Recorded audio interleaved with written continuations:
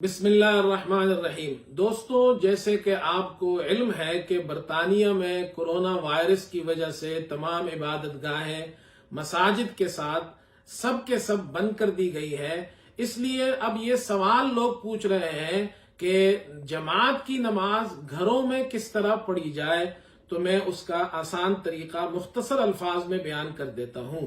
مسجدیں بند ہیں، مسلمان مسجدوں میں نہیں جا سکتے، لیکن جو مؤذن یا امام مسجد میں رہتے ہیں وہ امام صاحب یا وہ مؤذن جو مسجد میں ہے وہ اذان دیں گے اور وہاں پر لوگ نماز نہیں پڑھیں گے، اور وہ امام اپنی نماز مسجد میں اکیلے پڑھ لے اور باقی لوگ اذان سن کر گھروں میں جماعت کی نماز پڑھے۔ گھروں میں اگر آپ کے پاس ریسیور نہیں ہے، آپ اذان نہیں سن سکتے ہیں، تو گھر میں اذان دیجئے، اس کے بعد جماعت کے ساتھ تمام اہل خانہ نماز پڑھیے۔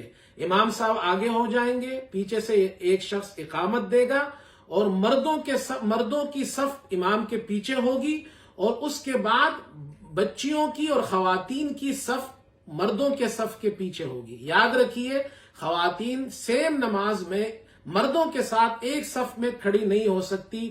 اگر وہ ایک صف میں کھڑی ہو جائے مردوں کے ساتھ تو پھر مردوں کی نماز نہیں ہوگی۔